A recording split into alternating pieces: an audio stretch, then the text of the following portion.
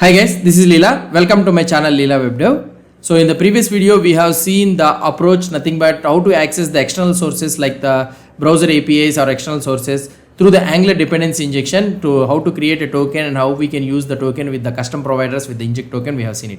So now we need to understand that why we need to use this approach. The first one why we need to use this approach is the first one is the testability. So that is the first one. So what is the testability means? By using dependency injection, okay, by using the dependency injection to inject the local storage, you can easily replace it with a mock implementation during testing. So normally we will be using the unit test cases, we will use the mock implementation. Why? Because instead of directly accessing the local storage and all those things, so it will be, so here local storage accessing means is okay, fine. So if you are having any other thing which resources is costly means, then we will be using the mocking implementation. For example, in unit test, you can inject a mock storage service instead of the real storage service, avoiding side effects like data persistent across the tests. And another one is you can override the provider. Okay, so you can override the provider of browser storage with a mock implementation like this. So directly you can override this one by a mock implementation, provide browser storage, use value of mock storage. Okay, the next one is the flexibility. So what is this flexibility? So here you can swap the implementation of the local storage with another storage mechanism like session storage or custom service.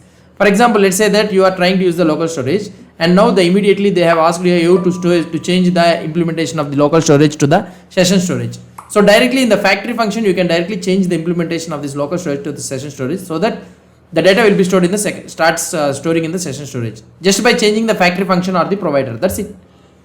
Next one is the separation of the concern. So this is also one of the important things, separation of the concern. So what is the usage of this one? The service doesn't know or care about the actual implementation of the storage mechanism. So here the service, whichever you are trying to use the service and all those things, so it doesn't know actual implementation storage mechanism. It simply interacts with whatever is injected via the browser storage token. This follows the principle of inversion. So this is called as an inversion of control, where the logic of how dependencies are created is moved outside of the service. So that is one thing. So I will try to show you one testing example so that you can able to understand it clearly. So here I am using the same thing, browser storage service is there, right? I will be creating the browser storage spec.ts file. So by this you can able to understand it clearly easily. So here in your test you can provide a mock storage object instead of the real storage, local storage. This allows you to stimulate how local storage behaves without affecting the real environment. So for this one what I will try to do, here I will create a mock storage. So here I am creating a mock storage object. So just I will create a mock storage object. So here the mock storage means nothing but the implementation of the local storage. Here I am using the get item and set item. So for this get item I am returning always the mock value only so that I can able to test it. And the set item means I am setting the value, I am not doing anything. Okay. So here we need to configure the testing module. So we need to create the modules for this one. So the modules what it will be trying to use it. So here we are using the mock storage. And now in the before each, so every time when the test is executed, this before each method will be executed. Here we need to write the configuration testing module. So for this one what we need to do, so here we know that in this object, so we need to provide the providers. So what are the providers we need to have? So that is nothing but browser storage module. So this is browser storage service. So and now in this browser storage service, this needs a dependency injection. What it is, this dependency injection needed is browser storage. Now I will try to provide this browser storage also, but this time I will provide it with a mock storage. Okay, so this is how. So now what I am trying to do, I am creating a module for this one. In this module what I am trying to test is the browser storage service, and we know that this browser storage service is dependent on the browser underscore storage. Because of that reason I am injecting the provide browser underscore storage to this mock storage. Okay, and here I am injecting the browser storage services. So now here I can test it without any problem. So here I will test it without any problem, like now this one. So this is how we can test it. So the testing will be very much simpler. So you are providing the mock implementation of the local storage via browser storage to test how the services behave.